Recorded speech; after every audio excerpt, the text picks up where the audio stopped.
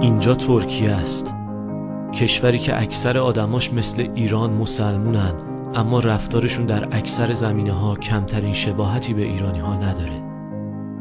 مثل همین برخورد خوبشون که با حیوونا دارن. از رفتار خوبشون با پرنده‌ها و حیوانایی مثل گربه‌ها که بگذریم می‌بینیم چقدر با سگا تو این کشور خوب برخورد میشه. دولتشون تمام سگ‌ها رو واکسینه میکنه و به گوششون یک پلاک شناسایی وصل کرده که نشون میده اینا ولگرد نیستن و زیر نظر شهرداری هن. خود مردم هم بهشون غذا میدن و تو خیابونا و کوچه ها که نگاه کنید میبینید کنار درختی یا دیواری براشون ظرفای آب و غذا گذاشتن. خیلی هاشون که با پول خودشون براشون غذای سگ میخرن، خیلی هم از اضافه غذاشون براشون میبرن.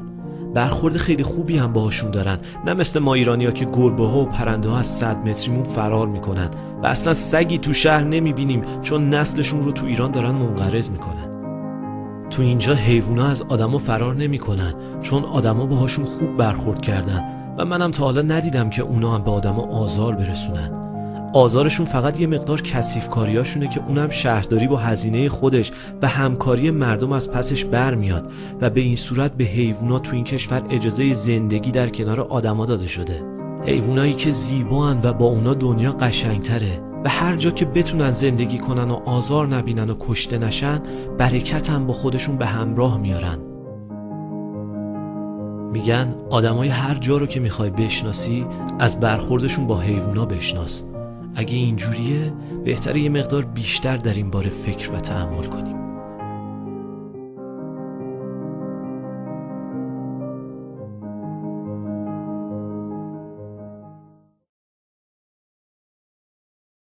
این الان داخل تو کل دنیا اثبات شده است که نگهداری حیوان خونگی میتونه یه مقدار آرامش بده به آدم دور میکنه مثلا از فشارهای زندگی، از خیلی از موارد که بچه‌ها وقتی بزرگ میشن با حیوان خونگی محبت کردن رو یاد میگیرن، احساس مسئولیت رو یاد میگیرن. این خیلی کمک میکنه بهشون که وقتی بزرگ میشن توی جامعه هم حالا شاید رفتار آرومتری داشته باشن. از نظر روانشناسی ثابت شده است که توی یه سری از بیماری‌های روحی روانی که مشکل مثلا تنهایی دارن، افسردگی دارن، نگهداری محبت کردن به حیوان خونگی خیلی کمک میکنه. به خاطر همین اکثر مردم ها یواش یواش دارن به این سمت میرن، علیرغم مثلا یه مقدار سختگیری‌هایی که تو جامعه هستش، ولی خب این کار رو انجام میدن مردم. یعنی خودشون دارن به صورت خودجوش از حیوانات خونگی مقدار مراقبت. حالا شامل حیوانات مختلف از سگ، گربه گرفته که یکم سخت‌تر شرایطش تو جامعه ما، تا پرنده‌های خونگی، حتی لاک‌پشت، همه چی رو نگه می‌دارن. به خاطر اینکه مثلا یه موجود زنده رو وقتی تو خونه دارین زندگی میده به خونه، آرامش میبخشه.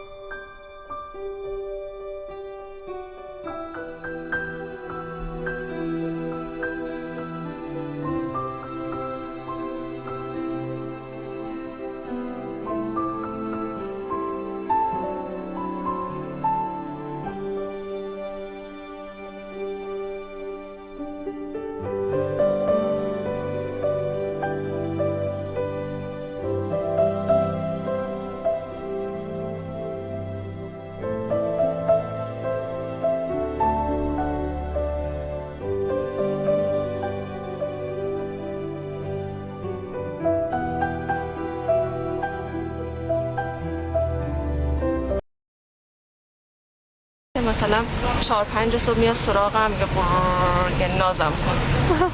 بعد حتما پیش من بخوابه. ملو دوستش داری؟ آخه همین یه دونه؟ آره دیگه، خدا میدونه رو ببین. منتها شوهرم اصلا نمیخوادش. آخه ولی این خیلی به اون محبتم میکنه. یکم خوب شده، جدا یه دستی میکشه بهش. برای چی میخوای عقیمش کنی؟ بخاطر اینکه تو خونه نمیمونه دیگه، همش میخواد فرار کنه. عزیزم بعدم بره بیرون، یه مدت فرار کرده بود، رفته بیرون، از مردم نمیترسه. بعد یکی با لگد زده بود، ازش آسیب دیده بود، دوباره بردیمش از کمرش اینا سی تی اسکن و دارو و این چیزا. عزیزم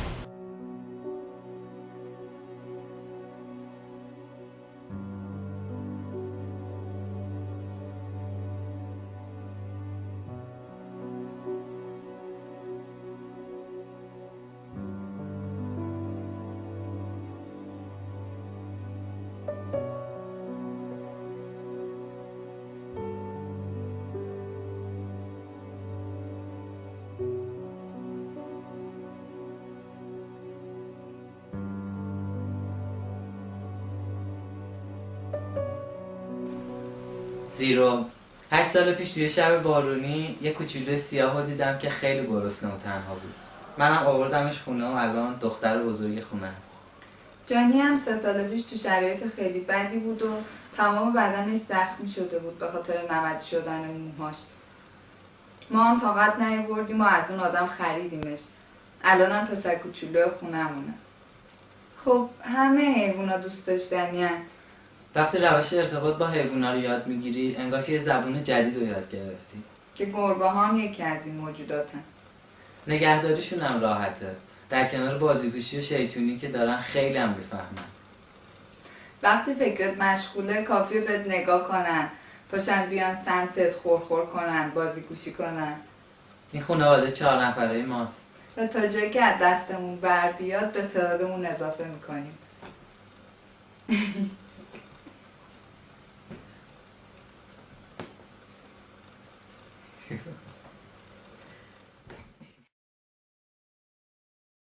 میتونم پیدا کنم چیزی ندیدم. یه گربه اومد نزدیکش گوش کرد ولی تحویلش نگرفت. این مامانش نیست.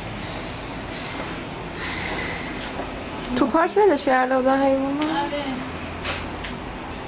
موضوع که من آقا مثلا مادرشون نمیتونه نگهشون داره اگه مثلا یه اتفاقی براش میفته دیگه. چون گربه‌ای دیگه که بچه دارن بچه گربه دیگر نگه نمیدارن. گربه‌ای که بچه دارن بله. توی حیوان دیگه یه مقداری حتی چرا نگه میدارن اگه خیلی کوچولو خیلی کوچولو باشه در حد باشه که لازم باشه شیر بخوره حتما، چون این بزرگتر از اون حدیه که بخواد شیر بخوره.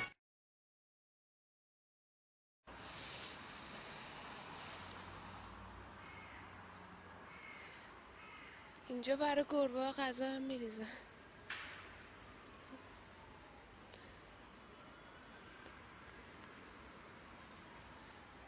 میگن اگه میخوای ساکنین یه محل رو بفهمی چجور آدماییه باید از حیوانه اونجا بفهمی. خب اینجا همه گربه ها خوبن، زیاد نمیترسن از آدم، کسی لگد هم بهشون نمیزنه، همه دوستشون دارن، بهشون احترام میزنن. اونها بیرون هم میدونی کار میکنن؟ میدونی چرا دلیلش چیه؟ انجمن بگیرنشون خب نگرفتنشون انجمن حمایت از حیوانات کار میکنن برای اینکه حیوانی که توی بیرون داره زندگی میکنه یه سری سختی و شرایط خاصی داره که حالا تو جامعه شهری هم بیشتر این اتفاقا براش میفته. آره عقیمشون میکنن به خاطر چند تا دلیل. توی نرو وقتی عقیم میشن سر جفتگیری اینا دعوا نمیکنن، نزاع نمیکنن به خاطر عمرشون یه مقدار عمر مفیدشون بالاتر میاد و جمعیت اینا یه مقدار کنترل میشه.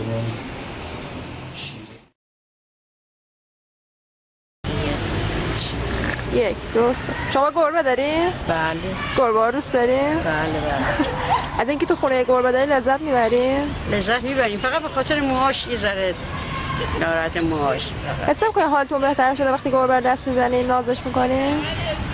حالم که فرق نمیکنه ولی دوستش دارم.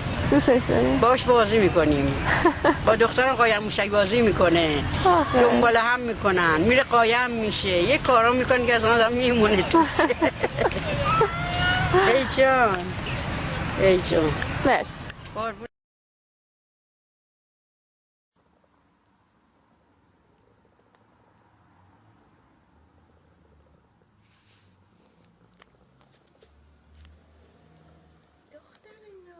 دختر قشنگم نگاه کن داره پامو ماساژ میده.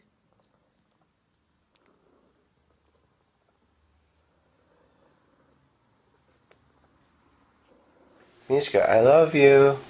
Mishka, I love you. I love you. Mishka, I love you. I love you. I love you. Good girl. I love you. این برای نگاه کن. کجور خانم؟